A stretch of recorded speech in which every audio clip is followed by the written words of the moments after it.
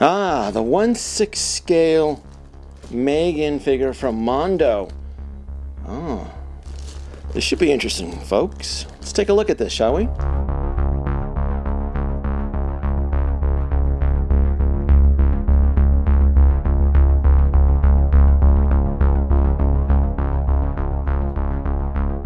Hello folks, DW2 here. Thank you for joining me once again on a visual tour. We're going to be taking a look at M3gan here, and correct me if I'm wrong, but this is MONDO's first attempt at a realistic 1/6 scale figure. I have been a repeat customer to MONDO Tees. I've been buying their He-Man line, but the He-Man line though has more of that animated look, that toon feel to it, and this is a step in a different direction, which could be good, which could be bad. We're gonna find out on this. This is a small box, but it makes sense because M3gan is pretty small. But what I'm hinting at here is that she was pretty affordable. $215 in this market right now is considerably very affordable, considering that Hot Toys and all these other competitors are averaging $300 and up. So that being said, though, we're going to take a look at the quality here. What we're looking at, just looking at the box size. This is probably one of their tricks at making sure that the price point was affordable. I brought this the Hot Toys Spider-Man box just for a size comparison. This makes a big important part. Hot Toys has always been known to have a lot of dead space in their box. It's just something that they've just been always known for, and let's see if that maybe MONDO could have streamlined the process as far as delivering a decent 1/6 scale figure. So just wanted to show you the box comparison, because I feel the size here played an important part in the price point, keeping it slim, aerodynamic, shipping costs and so forth to deliver the product. I'm typically not a fan of buying 1/6 scale children figures. What sets M3gan apart is that she's more of a killer android, specifically more of an android robot, and I do find a fascination with 1/6 scale robots, or just androids and synthetic humans, replicants, anything of that sort. Oh, you know what? I'm doing this wrong, because there was actually oh, look at that, I'm missing this out. This is yeah, they actually went a little bit above and beyond with the box art here. You can see that's her trademark dancing, and oh, they gave the packaging more of that, is that pink sparkles in the background there? That Barbie feel. That's clever. Overall, though, it's a nice little box. Let's see what the figure delivers, shall we? Oh, look at that. So they do provide a display base for the head. For the bonus head. This is the damaged head. This is actually pretty. Oh wow, this is pretty cool. I like this. I like that they give you a bust, just a generic bust to display the bonus head. This is clever. Wouldn't it be cool? Because there are certain Hot Toys or just other toy manufacturers out there that make 1/6 scale figures that provide a bonus head. Wouldn't it be neat if they actually provided a display base? And I mean, look at this. This is just a generic torso, but my God, it actually works. You know, I'm beginning to think, I wonder if this torso is just a copy of what's inside she's using. This is cool though.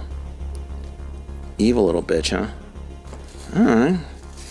What do we got? Accessories, extra pair of hands, display stand, and her wielding machete. So a few little cool accessories on here. There's the machete, and I will be using the stand. In fact, I think this bubble wrap packaging is probably going to get chucked. Let's take a look at M3gan, shall we? Look at this. Oh wow, that is pretty good. Let me get the camera set up here for you folks. So you may have to do a little bit of futzing because it is rooted hair. What type of rooted hair are we looking at here though? So they did, yeah, it's more of a rooted, generic Barbie type root though, but you can make this work though. We're not looking at a high-end figure here though, but man, I gotta say, like you said, yeah, you may have to add some product to the hair, and it's as far as durability, yeah, it's a sturdy figure. It doesn't feel cheap. The body doesn't feel cheap. Oh, double jointed, so she can start doing her little dance poses. Oh, that is creepy. Look at that. They just gave her like a cybernetic. Can you guys see it? Look at this. This is cool. It's like a cybernetic. They gave extra detail underneath to her, make it look like it's an android. I like that. I like that attention, that extra. Oh yeah, look at that. A robotic cybernetic body. Bet you I can add some wires to that, make it more cerebral, some more. This is cool. This can. Oh wow. Yeah, this is passable. All right. What do we got? The additional hands. I don't see any reason to swap out any hands. Is that? Looks like a sphere. Head adjustments. Let's take a look at the base. Let's see here. All right, generic base. No. Oh, this is sad. Minus a few points. You think they would have added some sort of IP emblem to the brand, like M3gan, cybernetic, android model, blah, blah, blah. They could have gone a little bit extra effort on the base.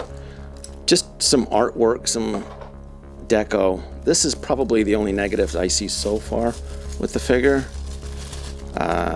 Yeah, nothing special with the base. So, a missed opportunity.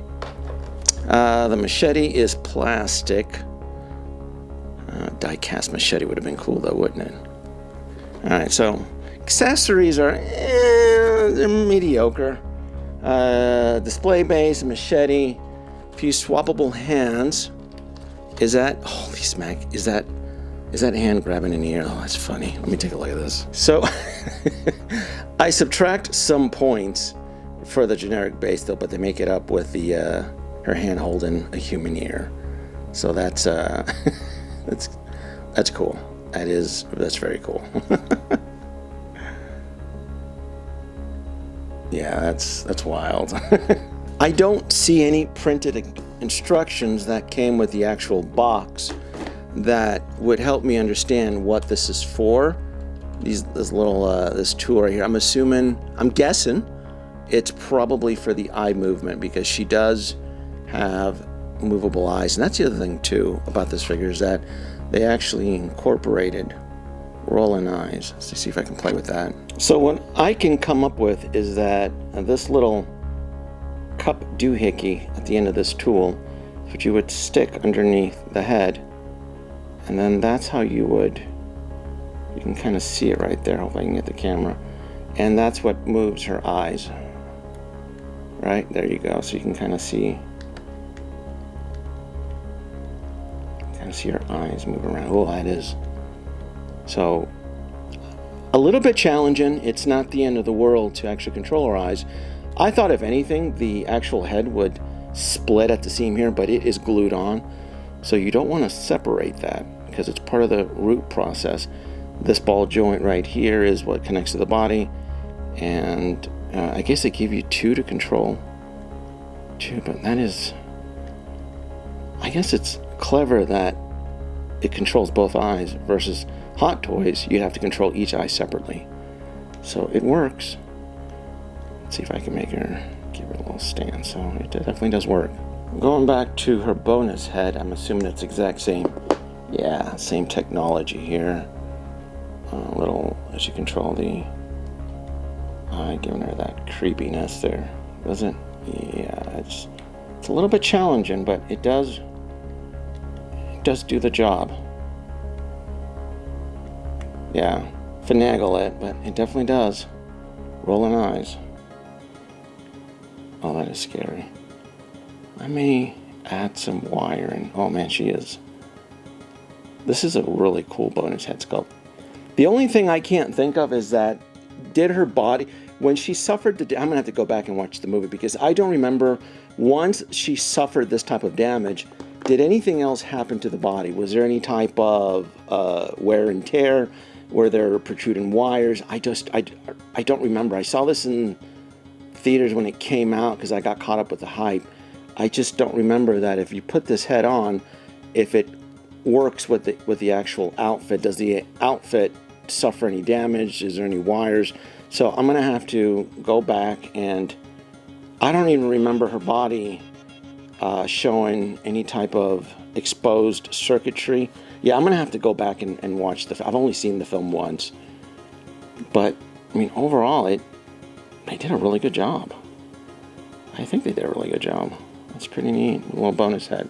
Overall, a very, very happy purchase. This is, I think Mondo did a really, really good job just out of the park here.